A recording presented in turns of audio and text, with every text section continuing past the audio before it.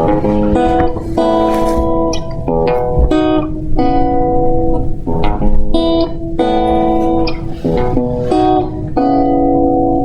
to the Desert Sanctuary with Carl and Laura Forehand.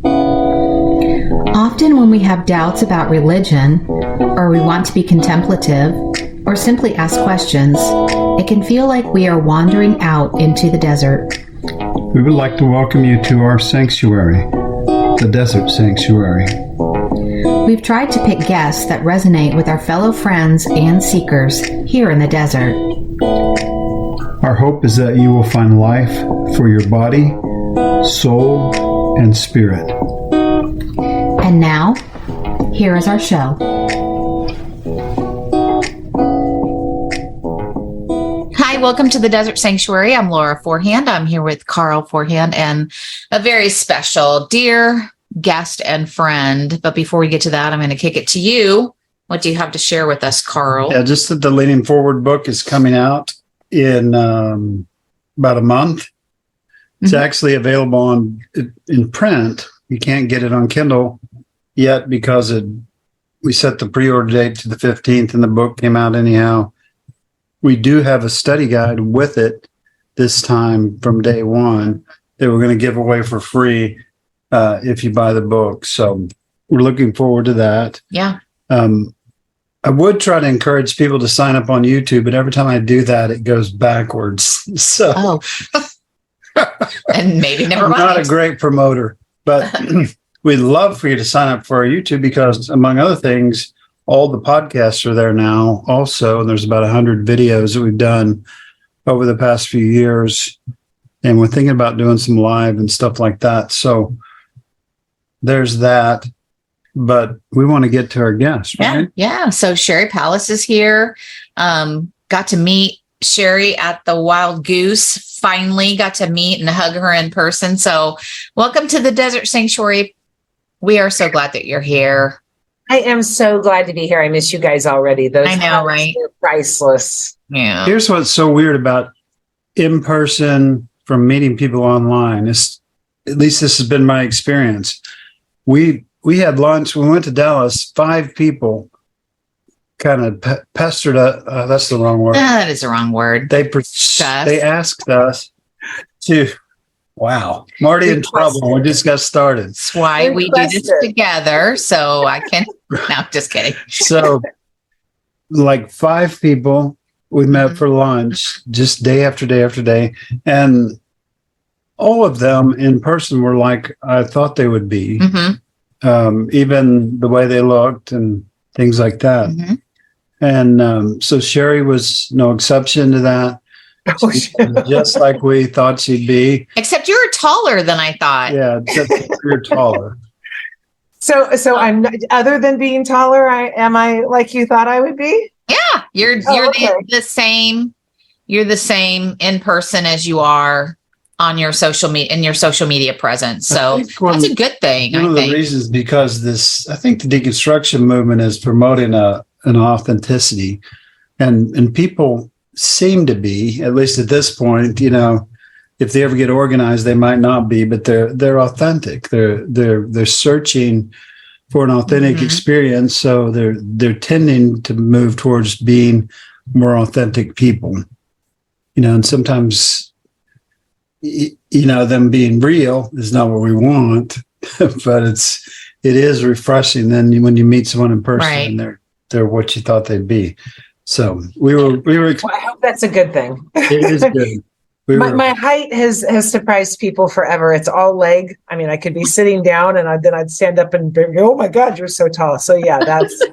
I tried to warn everybody, but yeah, I am the Jolly Green Giant. I don't know if you're that tall, but you're just taller than I expected. And we're not. We're on the lesser side. Yeah, we're on the shorter side. We're on the shorter side. It's all good. I can help reach the things that are high up in the cupboards. There you go. We connected with you at the Wild Goose Festival, which we've been wanting to go to for a couple of years. We finally got to present, so that gave us some incentive to go. And we trudged through Ohio down through West Virginia to North Carolina. So we took a couple of days to get there. But the one thing that made it a little difficult was you were on a different schedule than we were. We were early morning people, and you were having fun at night. And so about, early afternoon, we would be wore out from the festival, from trying to get around and those kind of things. And then that would be when you were just coming to life and operate in the second half of the day. Yeah. Well, the time change really got to me, being used to being 3 hours on different, I was falling asleep there at 1:30, which would have been 10:30 my time, which would have still been early for me here, so it was difficult. And then having the pool, we had the big pool at the festival, so it attracted a lot of people who were there until midnight, 1:00 in the morning. So yeah, it definitely was. I tried not to. Last year, I struggled with being present and really got frustrated because I couldn't do everything I wanted to do. And the frustration kind of paralyzed me. I was more focused on getting to things as opposed to being at things. And with the heat being so overwhelming this year, I kind of had to step back and be like, okay, I need the goose to come to me this year. And in hindsight, I had some of the most amazing conversations. Not that they wouldn't have been had, up at the festival, but the people who just walking by would come and talk. That's how I met Amantha Barbie, who was on my show that day. She was just walking by and we started talking. So the conversations were completely organic and according to what was needed, which was kind of a spiritual experience. Yeah. And it also really aligned with the philosophy of this year of, being present, being in the community, getting to talk to people you would never speak to otherwise. So I maybe I'm justifying my laziness and too hot to get out of the pool, but it definitely was a highlight to meet all of these people, like I said, that wouldn't have been at the same talks that I would have gone to. And I was much more peaceful, although not rested at all. Yeah. Well, I think that's a really interesting and organic way to experience the wild goose. That's something to take into consideration, if we happen to go back again, is, just letting the goose organically come to you, like picking and choosing a couple things here and there, but maybe because that's part of what we did Saturday that was really, really hard on Carl specifically, but also because we are married and been together for so long, it was hard for me too. Was, Friday night, we were like circling all the things we wanted to go to, not realizing how difficult that would be to kind of get around. So anyway, I like that you shared that because, that is definitely a truly valid way to experience the wild goose, is let that organically come to you as well. Like, you don't necessarily have to go and do, but maybe just like you said, just be and see what organically happens. Yeah. I was there Wednesday night for the sponsor event. And so I actually got to the goose at like 3:00 on Wednesday.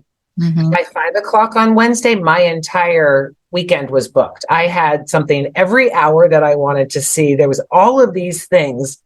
But again, I wasn't going to do what I did last year and drive myself crazy and nearly to death and wanting to pass out from the heat to go experience these things. So if it was like, oh my God, there's something right now, let's go, we went, or I went.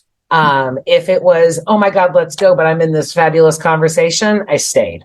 It was like, okay, I was able to choose being present over what I had originally had the goals for.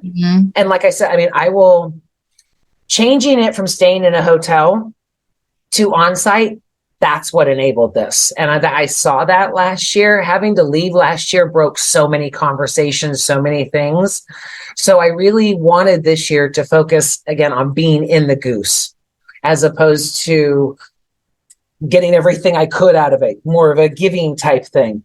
I'm still exhausted. I'm really too old for this shit. We feel that. Yeah. But I feel so much more fulfilled. The memories that I have aren't necessarily of people talking, but again, the conversations. Right. It was really, really cool. Yeah. We, so several times I've had conversations with, let's just call them intuitive people, that kind of guide you and say, maybe it's a tarot reading or maybe it's, a different modality, but people are, talking to me about, I'm talking to them about what I want out of life and what I'm trying to do right now. And they always counsel me. They almost always say, you're striving for something that you already are. And you need to quit going after people, especially, but let people come to you. And they say, let it come to you, just like kind of like what you're talking about. I don't feel that successful at it the past weekend. I didn't do too well. But when we gave our presentation, that was maybe the exception. When we gave our presentation on Friday morning, we felt really comfortable doing it after not speaking for a long time. But also the conversations we had before and after that were people that already knew who I was or who we are, and they were seeking me out. And they really didn't want anything from me. They just wanted to connect, right? Yeah. And so if I were, if I wish I could, I don't know how I want to express that, but just wish I could say, well, that was good. That was enough, and then maybe sit and relax and enjoy the rest of the event instead of killing ourselves on Saturday like we did. Anyway. Well, I did that last year. When I got to my hotel Friday night, I had this overwhelming feeling of completely missing the whole point. Like Sarah Cunningham from Free Mom Hugs was at Wild Goose last year, and she had been on my show previously. So a main objective for last year was to meet Sarah. I also wanted to meet Diana Butler-Bass. I also wanted to meet John Pavlitz. So when I finally got the chance to meet Sarah, I ran up to her. She looked at me, Sheri. I said, Sarah, gave her a big hug, and I went, I gotta go, bye, and ran away because I was so focused on the objective. And that night I'm like, I literally said 3 words to Sarah Cunningham, and I wanted to sit down and talk with her, but I was just having the ADD on top of the heat and the overwhelming need to be in 5 different places at once. Like I said, I just sat there on Friday going, okay, I've been here 3 days at this point. I have personally screwed up my entire trip. Yes, there were highlights. Yes, but I didn't take advantage of any of those situations that I could have been present. So that's on Saturday last year, I literally sat down next to Sarah and went, I'm so sorry. I'm so sorry. I have ADD, and I just ran away. And I didn't even I was planning on going to talk with Diana Butler-Bass, but I ended up getting sidetracked and getting an empanada instead. So I sat by myself eating an empanada, talking to no one. No, it was my first goose. I didn't know what to expect. I didn't know really what the purpose was, other than I was so excited to be there, a little too excited. And so this year, next year I'll do things differently. I will not overwhelm myself with something every hour. I will schedule in time for peace, so I'm not like what time it is. I lost lost thought of the days, the hours, everything. So even with my show, I was running there at the last minute going, how can it be this time already? So yeah, it was just a lot. And like I said, I'm still recovering from that going, okay, because it was a lot in like so many great ways, but still a lot. Yeah. Yeah. So this series is called Leaning Forward. It's going to be the title of our new book that comes out next month, and probably about the same time as this airs. So when you think about that, usually we've heard your origin story, I believe. You've been on the podcast before. and people maybe should go back and look at that and listen to that. But what does that mean to you? You know, people talk about their origin story, how they left their church and what their religious upbringing was. But now that you're beyond that, don't really have any intentions to go back to church, you know, but you are, you know, you have a doctorate, you call yourself a reverend, right? And so what does it mean to you to thrive or to lean forward into the future? We call it surviving in the desert, you know. Are we thriving out here in the desert? That's the language we use a lot. What does that mean to you when I talk about those kind of things? Well, the Reverend is an educational designation. So I'm not a practicing Reverend or pastor. It is based on knowledge and testing. For me personally, when I was in the church per se, there was a lot of leaning back. There was a lot of separation, a lot of judgment, a lot of pointing at others, saying, look at them. Virtually no inclusivity. So leaning forward to me now is almost like a rebellion against that doctrine or dogma that is so separated. Leaning forward to me is getting my feet wet, being at the places where my privilege can help others, being there in the middle of it, asking how I can help, as opposed to what they have done or what I view them as sinful or whatever it is. So it is leaning forward to me is the complete dichotomy of what the church was in my life. So we got to watch a drag show. That was pretty great. I saw you had a trans person on your podcast. My favorite part of your podcast was Paula. Yeah, she's awesome. So that was awesome. The other lady you mentioned was pretty awesome also. But I mean, but Paula was probably one of my favorite parts of the whole thing is just what she had to say, you know, a lot of wisdom there. She's a badass bitch. She really is. Like she, just the stats alone that she was able to share, it was incredible.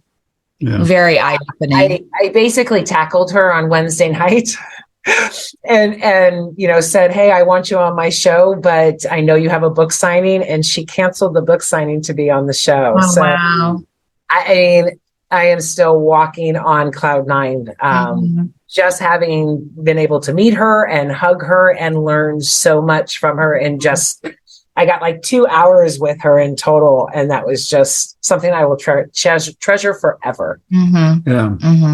So what are the keys? You know, people think we absolutely need organized religion. They think we absolutely need to separate into groups and and have someone to hate, have someone to compete against.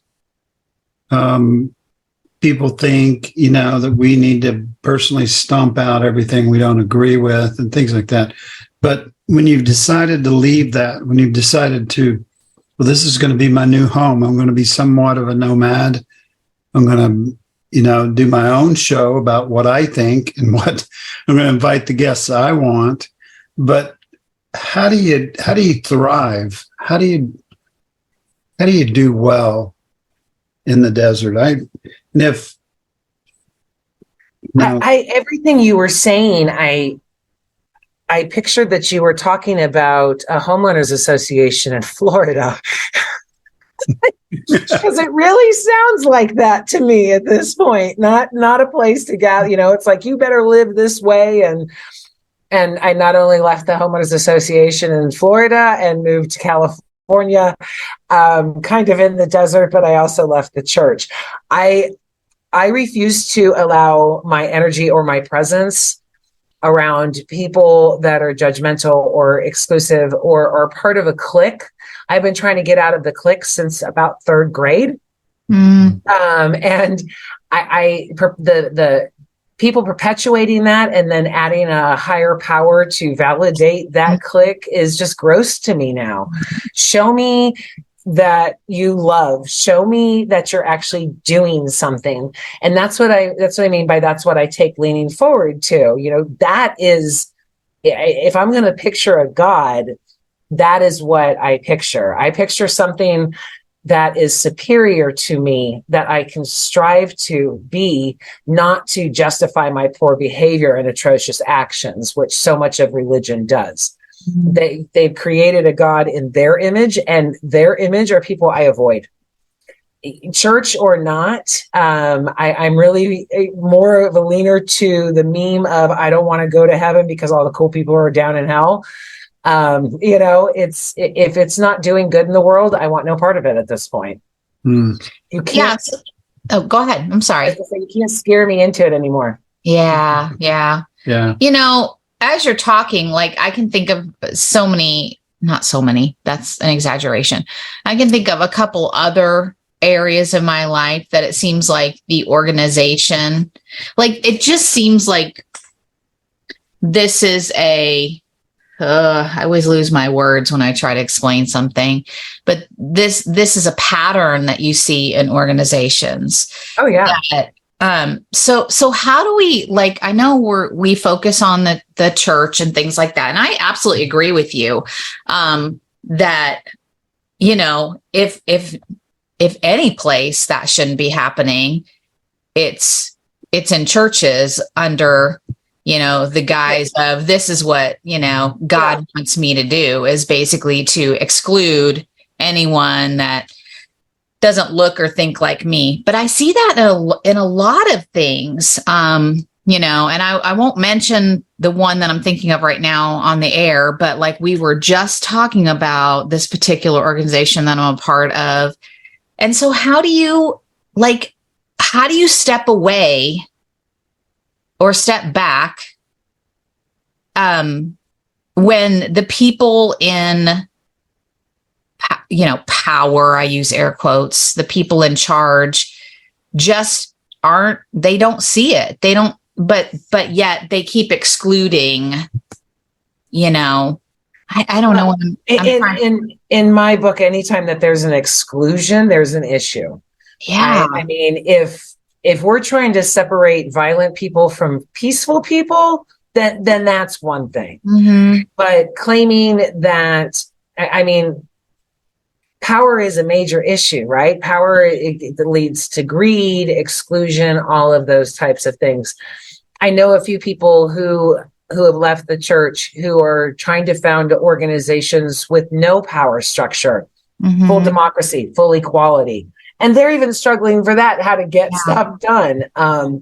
But when your religion or your politics is your identity, as opposed to a measure of change, I think that a lot of power structures get involved in that. And I always try and look at things on the Egyptian scales of life. Is it more good than it is bad? You know, we are such flawed creatures. We are completely fallible. So there's literally no one that has walked this face of earth, I don't care what Christianity says, that is perfect. So if we are leaning towards the more favorable, loving with some needs for change, I think that's where I would put my energy. Before I got cancer in 2017, I was trying to find a charity that I could align with that actually helped people. I can't even tell you how difficult that was. The ones aligned with religions wanted me to try and get them to accept Jesus as payment for the meal or the shoes or the schools. They even had volunteerism where you could go look at the problem, pay a shit ton of money, but never do anything. It was really difficult. And then I'm going through the, you know, how much are the directors paid, all of this stuff.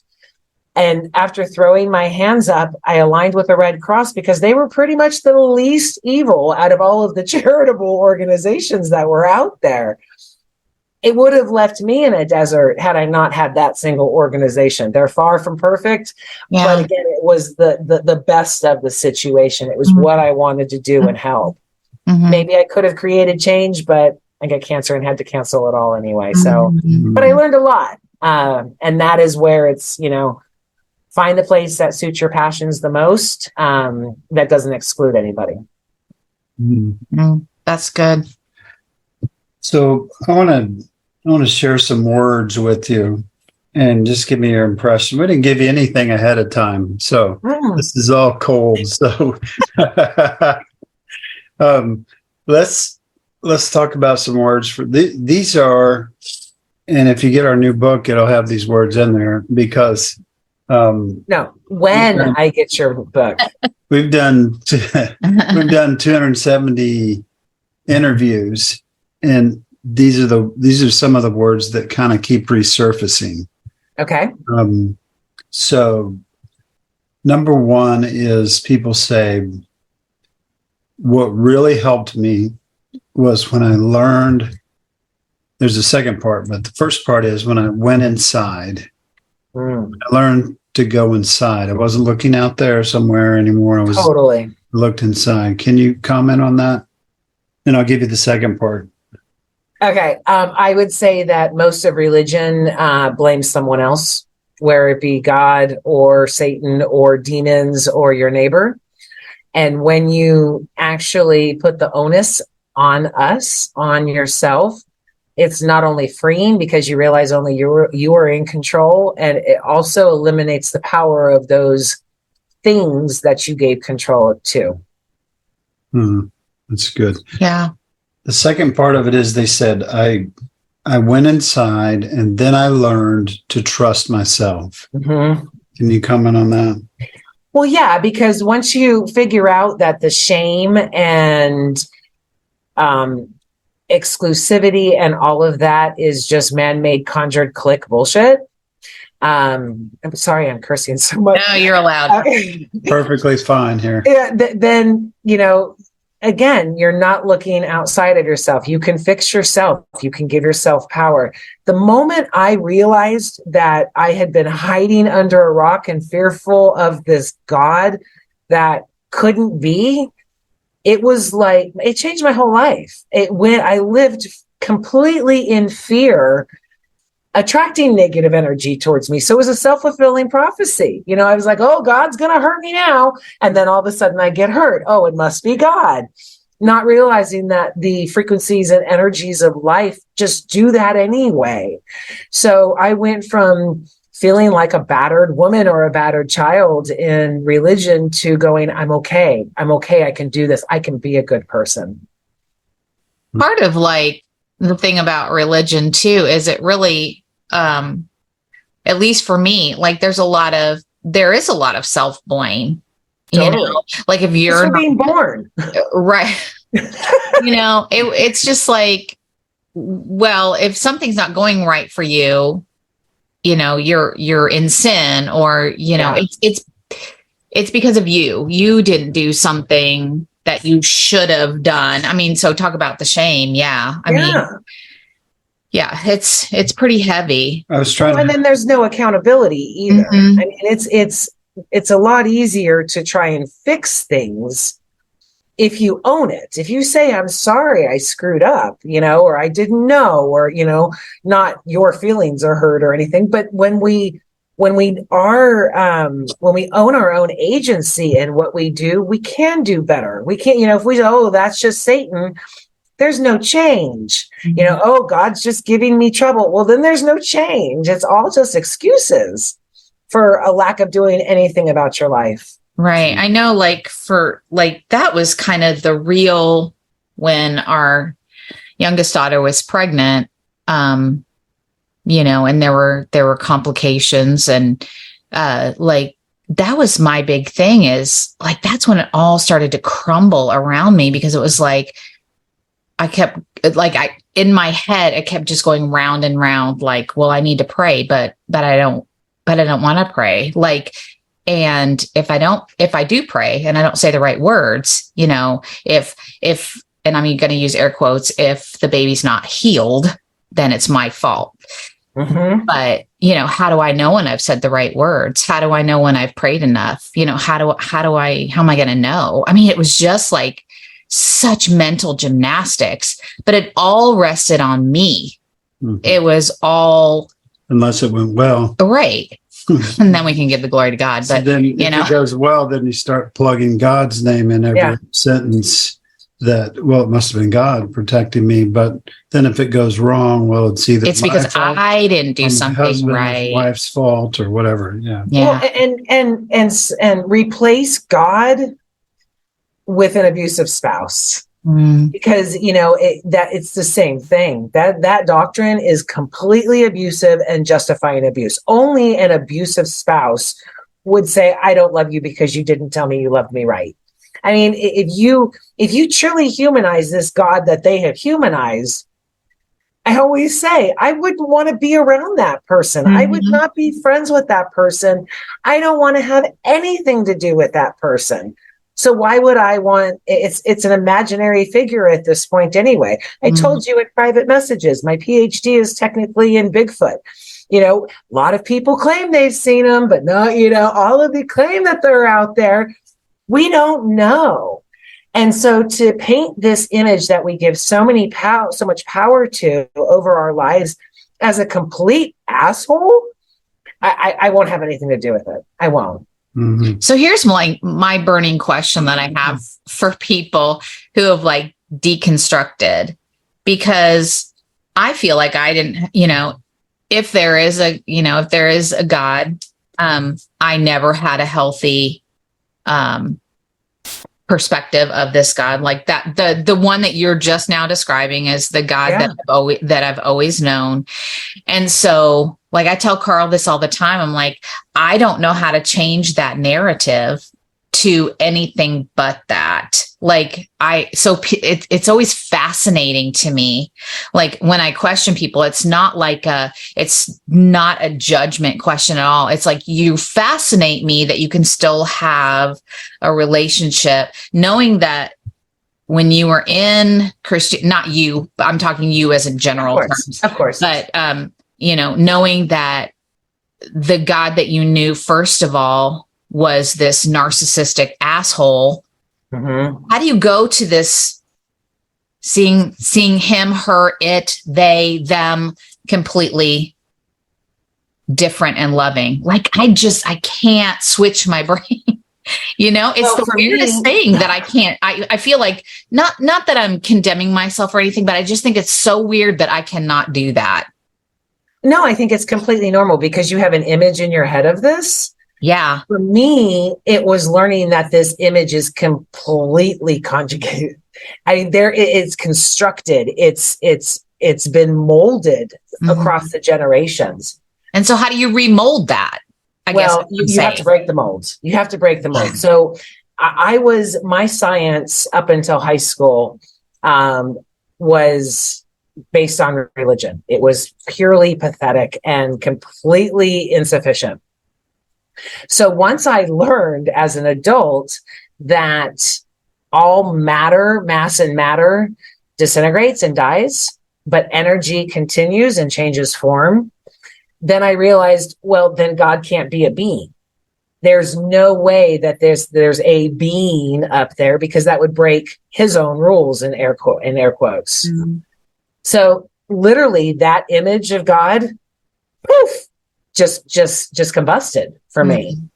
Now what I believe is that what we call God is the energy of love. So everything that is around the religious basis, like praise and worship, all of those types of things also combusted, because if it's an energy that we are supposed to tap into and receive, like with your granddaughter, you didn't need to be praying in a church. You needed to be right there in the room, holding your daughter's hand along with her child. Mm-hmm. That is the love that we either bring in or take away. Mm-hmm. So according to Christianity or religions, I'm an atheist now.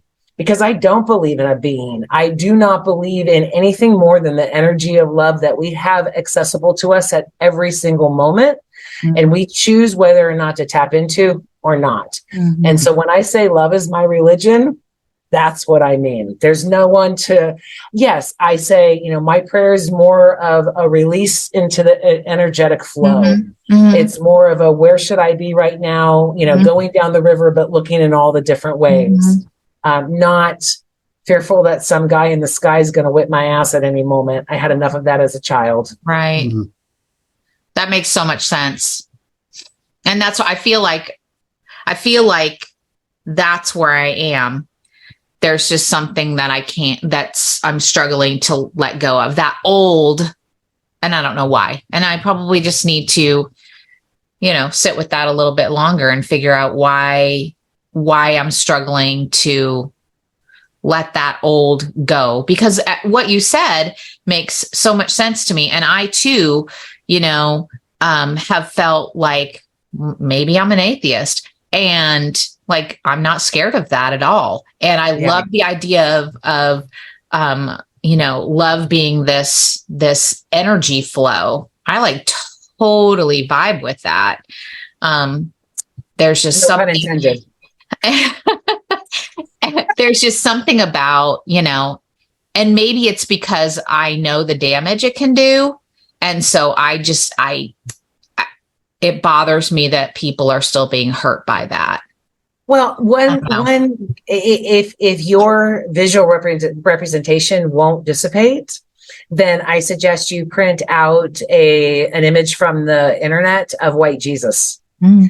It's really easy to print that out and go, you know what, this is complete bullshit. I don't want any part of this, and physically rip it up. Because that's a construct. You know that Jesus is nothing like that. And that Jesus, that white Jesus, mm-hmm. is the white supremacy, is the nationalism, is the asshole God that we despise, that we don't want anything to do with. Right. So while I can mentally do it because my mind just never shuts up and I just goes, a lot of people would need that physical. That's why the pagans burn things all the time to get it out. Because your image is destructive. I mean, I'm still trying to separate, and I guarantee this is why I'm single, man from God's role in my life. I see men as that asshole God, and I don't want anything to do with it. I joke that I wish, I am proof that sexuality is not a choice, because if I had my way, I would be a lesbian. I'm so done with men. I'm just not attracted to women, but because I still see men in that role that was painted for me of God. Mm-hmm. Mm-hmm. And I don't want anything to do with that. I even joke it's going to have to be Jesus walking across the water to come take me. Because I still struggle with that. I cannot separate that power of the human and that God. And it's like, no.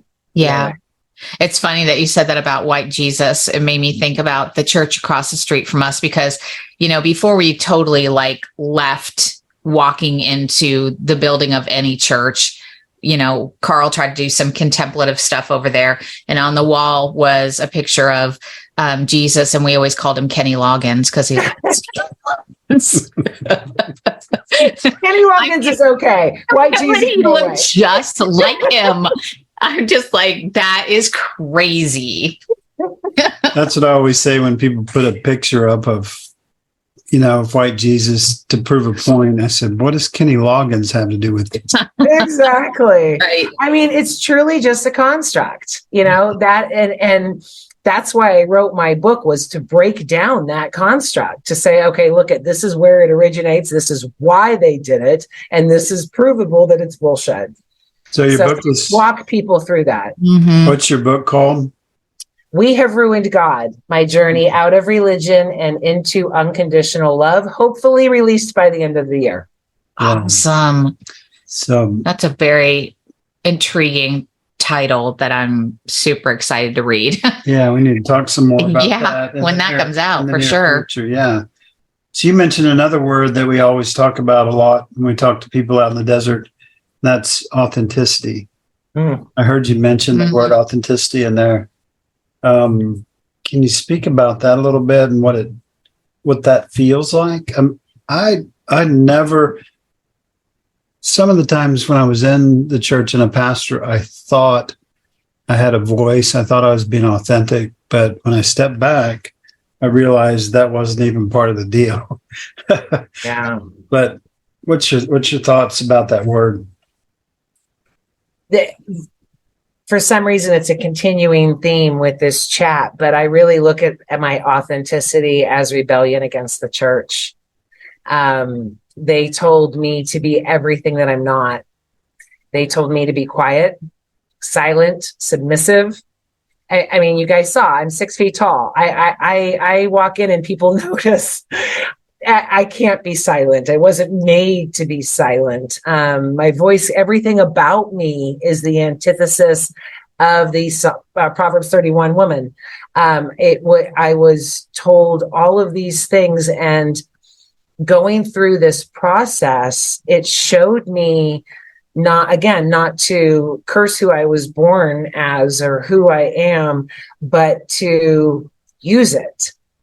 And that is exactly what the church has done, is to strip my power, to strip power from anybody based on their authenticity. They don't want you to be authentic. We're sheep, right? All sheep look alike. We'll walk off the cliff together. Authenticity does not work in religion at all. And it's all I have. Over the last 6 years, going through cancer, going through COVID, all of those things, I did nothing but check myself. I did nothing but really get into who I am and what I didn't like, and what other people told me they didn't like. And just deep contemplation for a solid 5 years. It was almost like a societally imposed monastery that I didn't have any choice of going, but I had to get deep. I had to see what that is.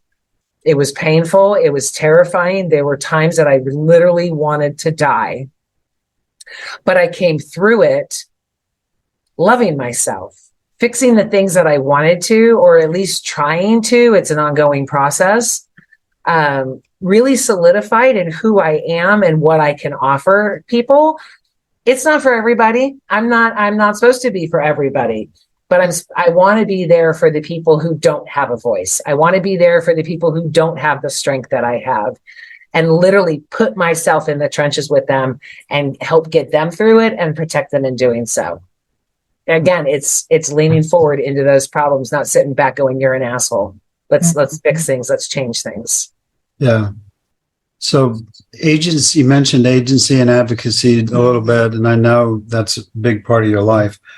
Can you explain to us why we should be, I mean, I felt like everything in the church was like, we're talking about conforming, we wanted to help the homeless. We couldn't really help gay people because they didn't really fit, but what does it mean to truly, have agency? I think of agency as for yourself.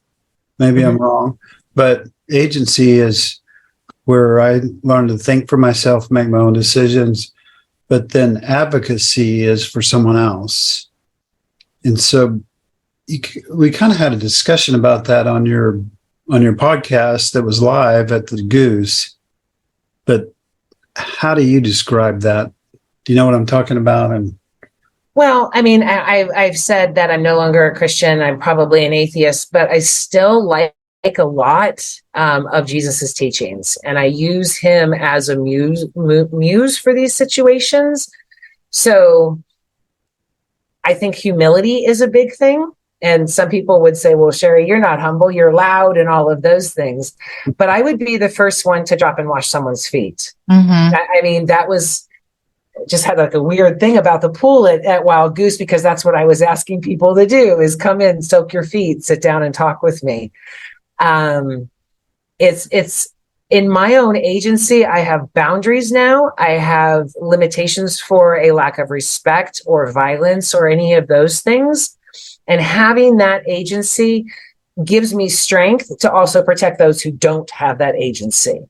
For instance, the abortion debate. I am well beyond childbearing years. I had my uterus removed 15 years ago, but I'm still out there fighting for women's rights, even though it doesn't affect me. Right. So once I was able to take my own agency and own myself, that's when I realized the powers that I have to give other people. It's the opposite of love is going to be a selfishness, a self-absorption, all of those things. So if you're working towards being a more loving person, it automatically makes you one of service.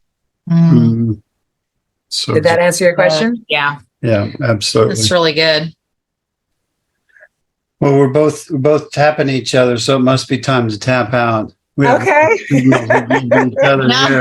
lot of times it's because he looks at me like, okay, you need to ask something. And I'm like, I'm just listening. I'm just here to learn and listen. Laura doesn't do anything unless she's inspired. That's right. Nobody can do believe me, if I want to say something, I will 100% say something. That's right. Yep. Well, it was awesome to be able to sit down and talk to you guys, even though it was brief, and have a meal with you guys. And I hope, Goose or not, that we get to do much more of that. I love you both so much. For sure. And I have to say that if you ever meet Sheri and you just need a hug, you have the best hugs. That I don't know if you could tell, like after your podcast at the Goose, like I was very, very emotional, and like I did not want to let you go. And they were like, we gotta clear the stage. I'm like, shit. Can I just please stay here? I need to just stay here. Take her home with him. It's one of the benefits of being tall, No. I think it's your heart. Just for people, you have compassion, you care, and it's genuine. Like I didn't feel like you were, pitying me or anything like that. It was just genuine care for people, and that really, really shows. Best compliment I could ever get. Thank you. Oh, well, you're welcome. I truly mean it. How can people get a hold of you? Best way is on my website, which is Sheri, Sheri Pallas, just like Dallas, except with a P, .com. So SheriPallas.com, and there are all kinds of links and stuff. And I'm going to be gearing up to do the Moment of Love again this year in November. So join us with that. It's just take a moment to send love to someone on a big day. Okay. And you are the host of Fireside Creators. So I am. Want to put a plug in for that really quick? Yes, Fireside Creators on YouTube and Facebook, and it even airs on Twitter every Tuesdays live at 7 p.m. Eastern Standard Time. So it's YouTube at Fireside Creators. Perfect. Mm-hmm. So good. For listeners out there, we really would like you to go to YouTube and subscribe, but I'm going to have Laura start doing that announcement so it works better. But, we're glad that you tuned in today and joined in this conversation. We think of these conversations as sacred. And that's what we're heavily booked for the next few months. And I'm so anxious to hear all those stories because they're always rich, just like Sheri's story. And we love to hear them. So thanks for tuning in. And as always, be where you are, be who you are, and be at peace. Thank you for joining us today on the Desert Sanctuary. Remember, all that wander in the desert are not lost. We hope that you know you are seen, you are heard, and you are loved.